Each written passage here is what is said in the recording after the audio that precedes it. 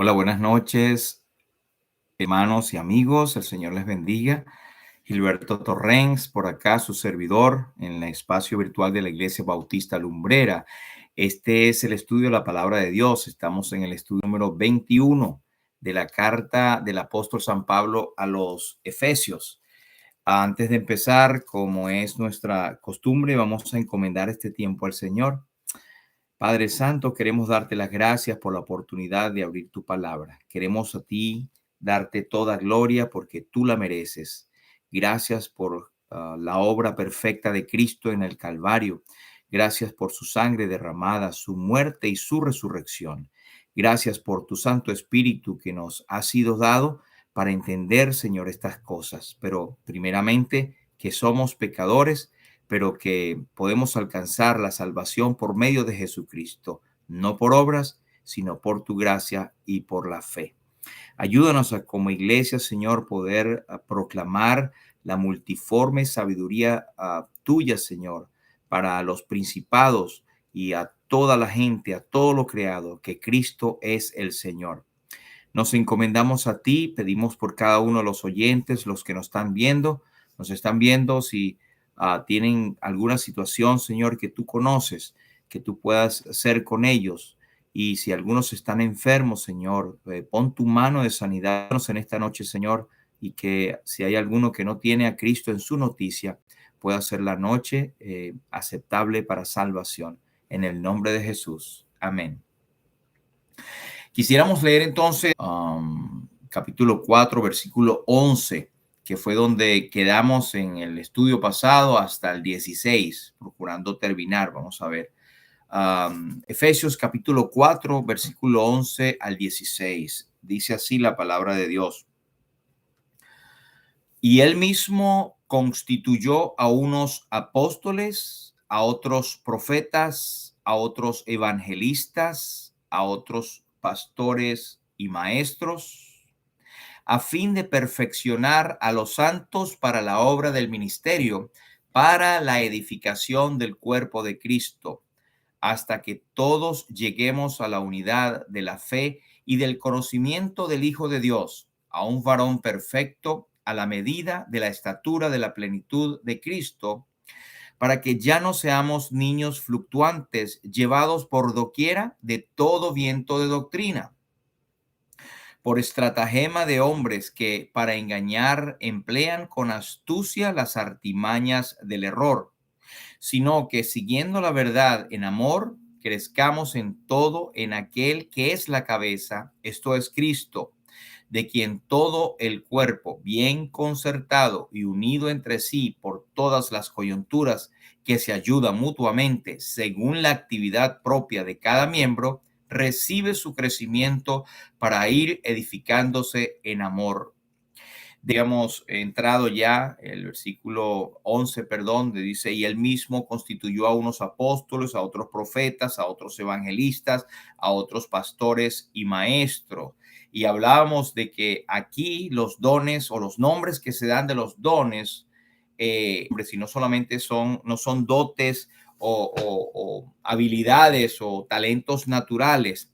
El Señor Jesucristo, o aquí dice que Él, Dios, el Señor Jesucristo dio unos los apóstoles, otros los profetas, otros los evangelistas y otros los pastores y maestros. Dijimos que se nombran aquí 4 ministerios, pero que 2 son ministerios de fundación, están en la base, y los otros 2 de continuación una vez que la base está puesta. Repito, los 4 ministerios que se nombran acá, 2 son de fundación, de fundamento, de base. No pueden ser echadas varias bases, una sola base. Y los otros 2 son de continuación con lo que se puso en la base. Los apóstoles y profetas son ministerios de fundación. Y oigamos bien, fundación quiere decir una base que se pone una vez y de ahí empieza a edificarse. Eso es lo que la Biblia habla de estos 2 ministerios, apóstoles y profetas. En Efesios, aquí mismo 2 y 20, habíamos estudiado que dice, edificado sobre el fundamento de los apóstoles y profetas, fundamento, base, la parte principal, inicial, siendo la principal piedra del ángulo Jesucristo mismo. Porque el mensaje que ellos proclamaron fue, por el mensaje que ellos proclamaron fue edificada la iglesia. Recordemos cuando Cristo dijo allí en Mateo 16, tú eres Pedro y sobre esta roca edificaré mi iglesia, en la expresión que él dijo, yo también te digo que tú eres Pedro y sobre esta roca se refería al mismo Cristo, edificaré mi iglesia. Pues bien, los apóstoles y los profetas eran parte de esa continuación de lo que Cristo puso como piedra del ángulo. Ahora, estos no tienen sucesores, los apóstoles y los profetas. Los evangelistas son predicadores del evangelio que marchaban como yendo en el campo, sembrando la semilla. Los pastores y maestros son los encargados de edificar, de hacer crecer en la fe y en la conducta cristiana a todas las congregaciones ya formadas por los predicadores del evangelio. Y recordemos que habíamos dicho que los apóstoles fueron hombres directamente comisionados por el Señor para predicar la palabra, tenían el poder para efectuar milagros, para confirmar el mensaje que estaban predicando, y hablábamos de Hebreos 2 y 4, testificando Dios juntamente con ellos con señales y prodigios y diversos milagros y repartimientos del Espíritu Santo según su voluntad, para testificar el mensaje que recién estaba lanzándose al mundo. Por eso pensamos, unido a esto, y yo les decía que mi posición es cesacionista, es decir, que ya algunos o la mayoría de los dones sobrenaturales, poderosos y grandes en el sentido de mostrar una impresión tremenda, ya cesó, porque ya eso era el inicio, ya teníamos, ni siquiera teníamos la Biblia cuando eso, no estaba el Nuevo Testamento, quiero decir. Y pues bien, los apóstoles y los profetas eran el medio por el cual la iglesia naciente estaba siendo edificada, y los milagros tenían que ser prodigiosos, tenían que ser poderosos para mostrar que el mensaje que recién se estaba exponiendo al mundo era un mensaje directamente de Dios. Junto con los profetas, los apóstoles tenían su ministerio primordialmente en la fundación, como dijimos, de la iglesia. Habían otros apóstoles que palabra. Por ejemplo, Jacobo, el hermano del Señor, Silvano era un apóstol. En 1 Tesalonicenses dice Pablo, Silvano y Timoteo. No queremos ser cargas como apóstoles de Jesucristo. Y habían otros apóstoles en el sentido de lo que significa la palabra enviados. Por ejemplo, estaba Andrónico y Junías, que Pablo decía en Romanos 16 y 7, mis parientes y mis compañeros de prisiones. Y en un sentido, el significado básico de apóstol es apostolos en griego, que es aquel que es enviado para cumplir una misión. En el sentido más elemental, decíamos, y técnico de la palabra apóstol, solo se emplea en el Nuevo Testamento con referencia a los 12, incluido Matías, quien se había dicho que reemplazaba a Judas en Hechos 1 y 26. Pero Pablo, por ejemplo, fue apartado de una manera única para ser apóstol a los gentiles. En Gálatas 1 y 15 dice, pero cuando agradó a Dios que me apartó desde el vientre de mi madre y me llamó por su gracia. Ahora, las cualidades de los apóstoles de Jesucristo, aquellos 12 y el apóstol Pablo que fue llamado, es un abortivo al último. Esas cualidades eran haber sido seleccionado directamente por Cristo y haber sido testigos de la ocular del Cristo resucitado. Por ejemplo, él dice el apóstol Pablo, después apareció a Jacobo, después a todos los apóstoles y al último de todos, como un abortivo, al último de todos me apareció a mí. Es el último de los apóstoles de Jesucristo.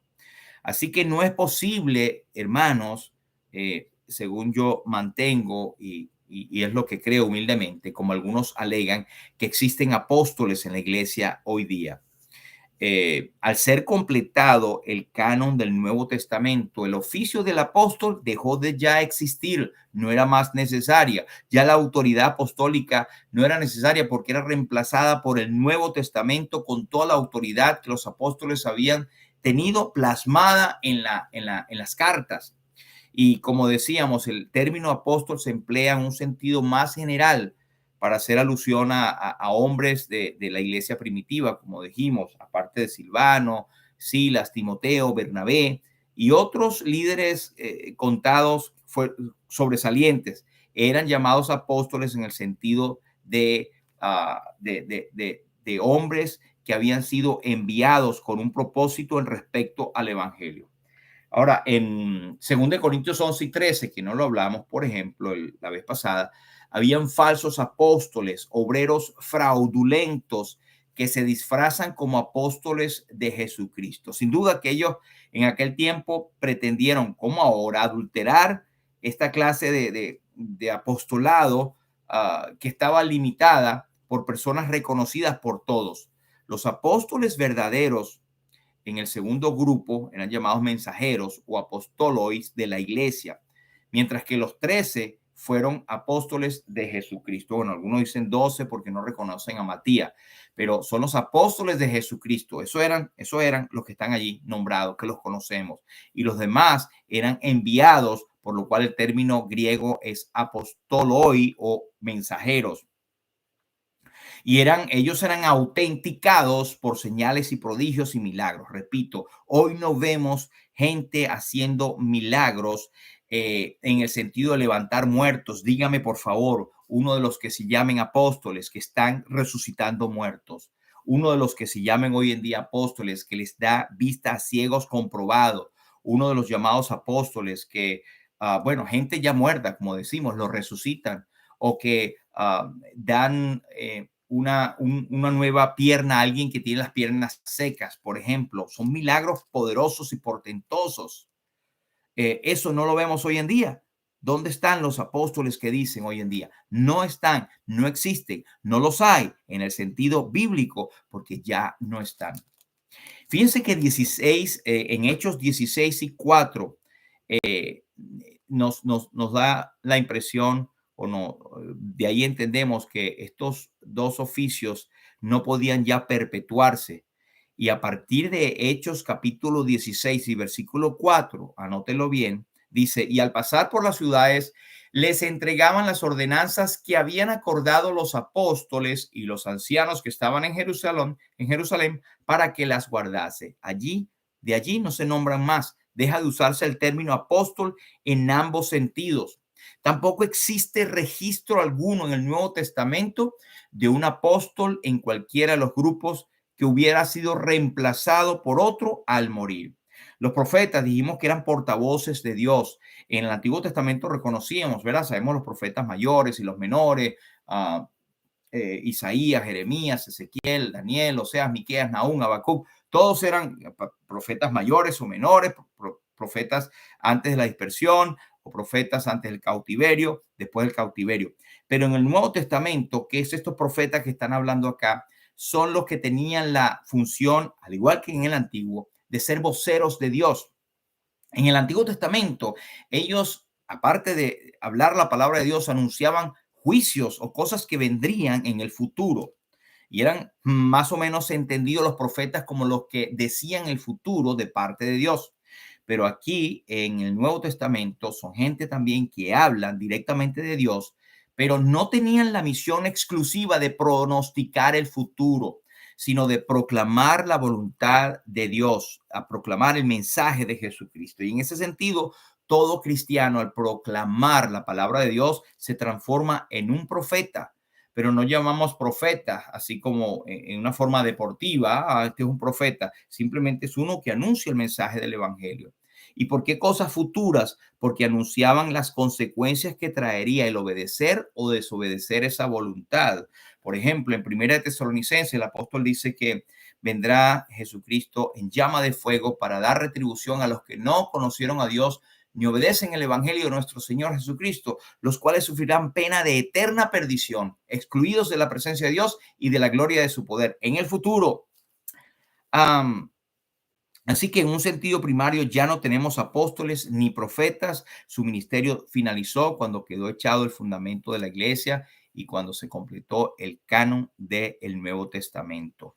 Los evangelistas son todos los que predican las buenas nuevas de salvación, están divinamente dotados para ganar almas, para ganar a los perdidos para Cristo. No los ganan ellos, son simplemente los portavoces, y los evangelistas es un ministerio de continuación. Hoy podemos llamar evangelista a todo aquel que predica el evangelio de Jesucristo de una manera poderosa, de una manera dedicada, y el don de evangelista se puede notar en algunos. No es lo mismo predicar el evangelio que ser un evangelista.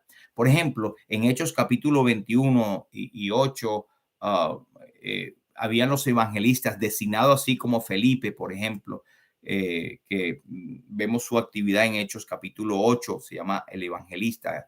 Timoteo también, 1 Timoteo 4, 2 de Timoteo 4 y 5, eran misioneros itinerantes, tal vez con un menor rango que los apóstoles y profetas, pero igualmente importantes, proclamando las buenas nuevas de salvación. A Felipe se le menciona primero como uno de los 7 hombres elegidos para servir a las mesas. Miren la humildad. Un evangelista poderoso como fue Felipe, pues era uno de los elegidos para servir a las mesas en el cual moraba el Espíritu Santo. Eh, bueno, nosotros hoy en día llamaríamos a los evangelistas como misioneros. Pablo dice en 2 de Timoteo 4 y 5, haz obra de evangelista. Eran los que daban a conocer la buena nueva de salvación. Los evangelistas deberían de proceder de una iglesia local, no ser hombres que se paran por allí proclamándose a sí mismos como evangelistas sin estar debajo de la responsabilidad de un cuerpo de ancianos o de pastores en una iglesia local. Ahora, ¿qué son los pastores? Los pastores sirven como subpastores al buen pastor que es Jesucristo, al pastor de las ovejas. Guían y alimentan a la grey. El ministerio del pastor es un ministerio de consejo, de corrección, de aliento, de consolación, de guía. Una vez, con mucho respeto, le pregunté a un pastor si él había muerto por la congregación. Y él me dijo, ¿qué pregunta es esa? Por supuesto que no. Fue Jesús el que murió. Entonces le dije, ¿por qué entonces usted está llamando a la congregación mis ovejas? Es algo en qué notar. Nosotros que estamos en el ministerio sirviendo y ayudando como todo creyente en Cristo, no nos atrevemos a decir, mis ovejas, esas ovejas son del Señor. Nosotros no hemos muerto. Los ancianos no hemos muerto, los pastores no hemos muerto por ninguna oveja. Ese pastor no me supo responder. Espero que eso haya quedado en su corazón dándole vuelta.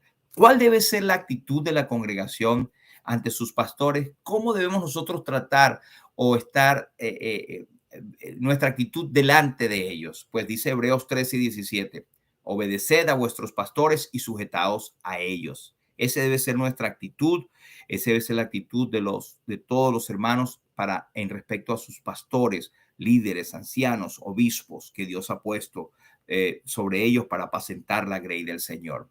¿Cuál debe ser la actitud de los pastores hacia el Señor o hacia las almas, hacia las ovejas del Señor?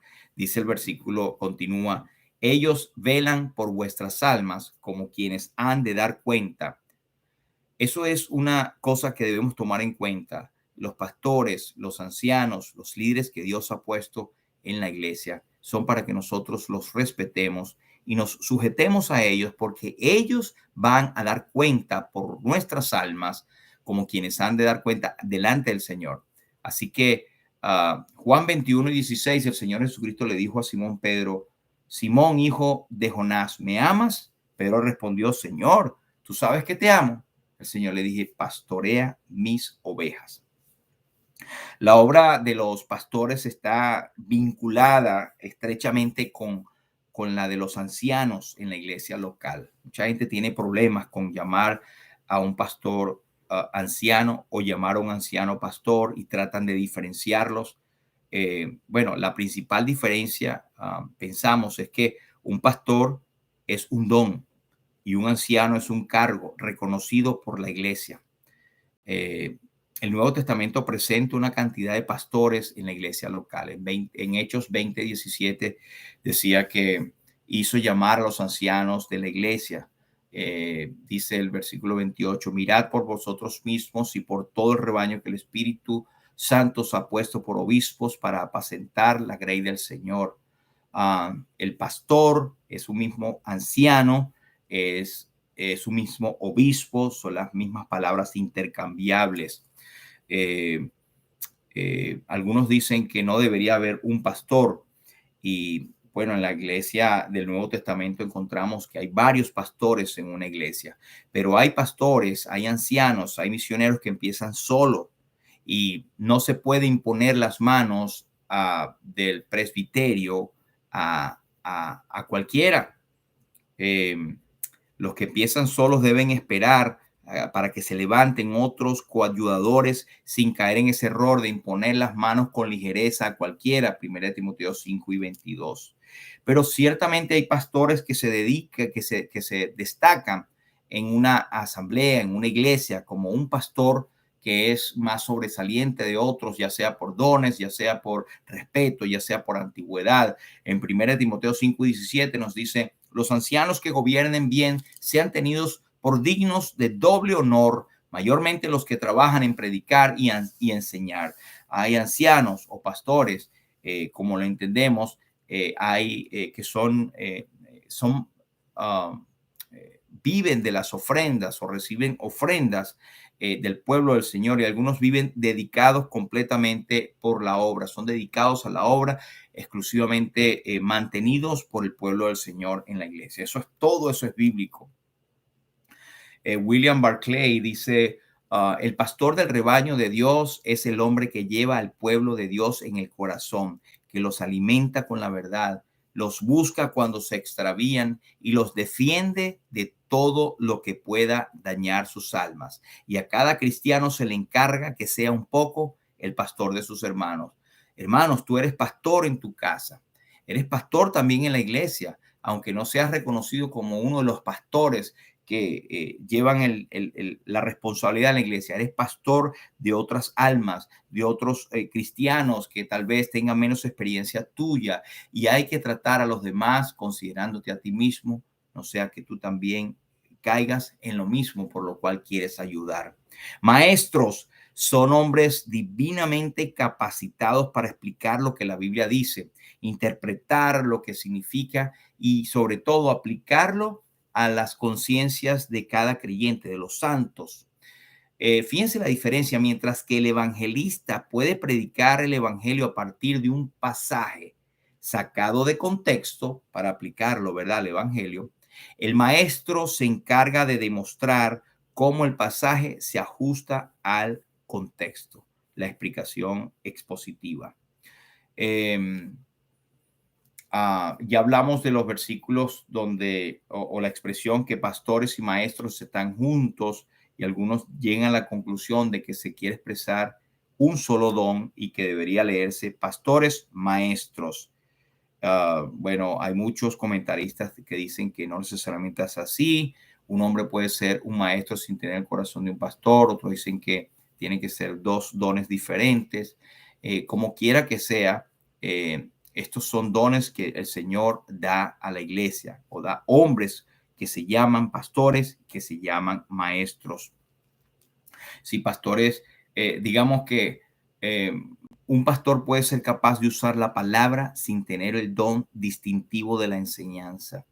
Y un maestro puede ser maestro de la palabra de Dios, pero sin necesariamente tener ese corazón compasivo, de ayuda, pastoral.